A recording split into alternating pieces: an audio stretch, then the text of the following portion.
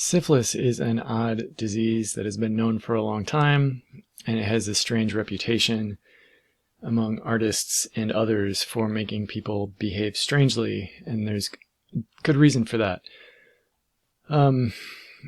It is increasing in the US. It's becoming more and more common. I would say, well, what I was reading about 10 years ago was lots of people who were getting it didn't realize it was still possible to be infected with Treponema pallidum that causes syphilis.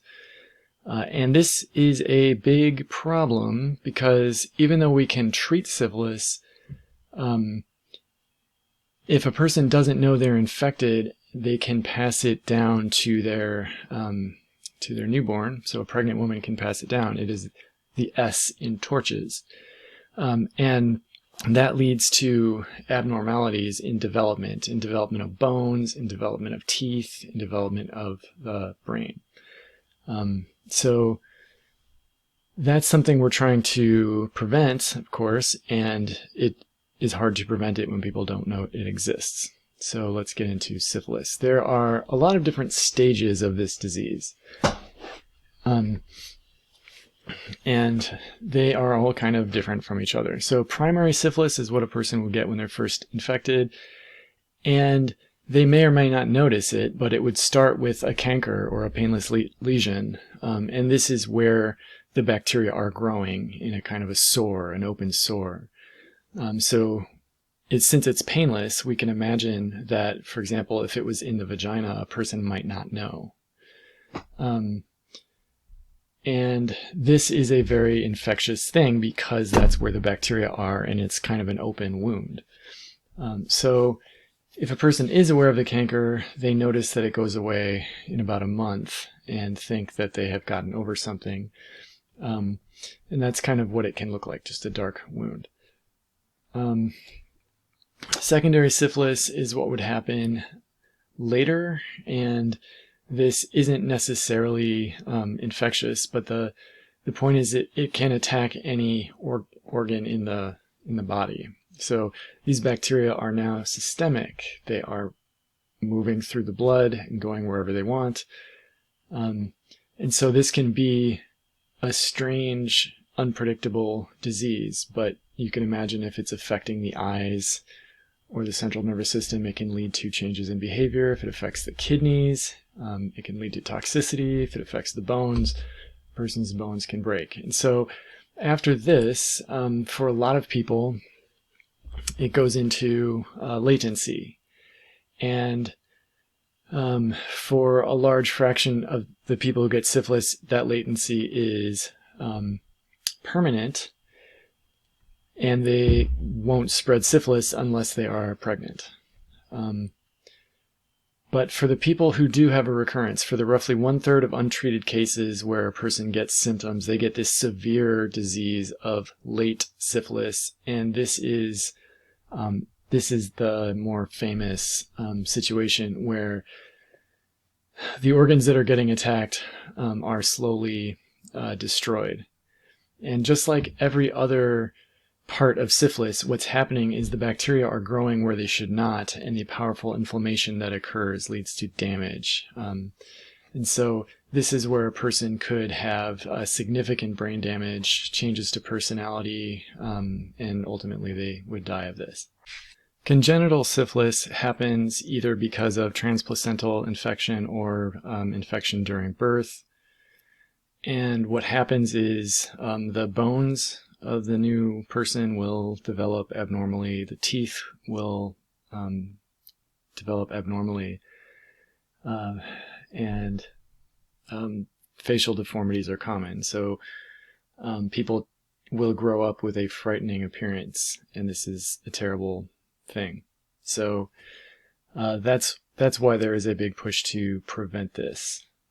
So what do we do if someone has syphilis? Well, it is treatable with antibiotics, and we can't undo brain damage, but we can prevent it if someone knows what's going on. As we can imagine, we would screen pregnant women for syphilis and lots of other things that can be transmitted before or during birth. Okay, so we've moved from sexually transmitted diseases to urinary tract infections. And there are defenses in our urinary systems, primarily the flow of urine. That's the most effective thing we have for preventing urinary tract infections. Okay, the most common form of a urinary tract infection is urethritis, or infection of the urethra. And this is because this is how urinary tract infections start. Bacteria will enter the urethra and move towards the urinary bladder. This is much more common in females than it is in males because in females the urethra is very short, and so the flow of urine is not as effective as at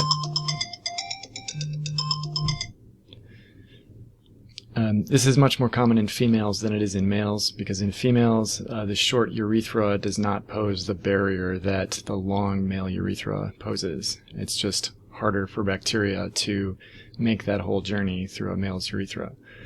Also, in females, the external urethral orifice is in the vestibule, which is a mucosal moistened area where bacteria from the vagina and the anus can survive. And so what we find is that a lot of urinary tract infections are from bacteria that are common and harmless in the gut. The exceptions to this are typically sexually transmitted bacteria. In males, the same thing can happen, it's just less common. And then cystitis is where the urinary bladder itself is infected. This can have pain, and it can lead to signs of bacterial infection, like bacteria in the urine or odors of fermented urine. And typically this is going to be more severe than urethritis. By itself, it's usually limited to cystitis, but it can lead to, well, if bacteria can escape from the bladder, then they can, then the person can pass blood in the urine, and also bacteria can potentially get into the peritoneum. But the bigger concern typically is infections of the upper urinary tract. And so the biggest cause of cystitis tends to be urinary catheters, and they typically can't protect themselves the way that the urethra can. The problem with this is, number one, it's very common, and number two, the strains that cause these infections live in hospitals and therefore are both virulent and antibiotic resistant. So that is unfortunate. Males can get infections of the prostate, and both males and females can potentially get pyelonephritis or a kidney infection. And this is much more serious because this can lead to kidney damage. And as you can imagine, bacteria in the kidneys can easily escape into the bloodstream, move all over the body, and lead to massive immune responses. Since this typically comes from a urinary tract infection, it is much more common in females than in males, but in either sex, it is a serious complication. It can be seen as a serious complication of a urinary tract infection, and it itself can lead to other complications. So I think I'm going to end this video here, and the last video we will have is bloodborne hepatitis, which is caused by 2 to 3 viruses.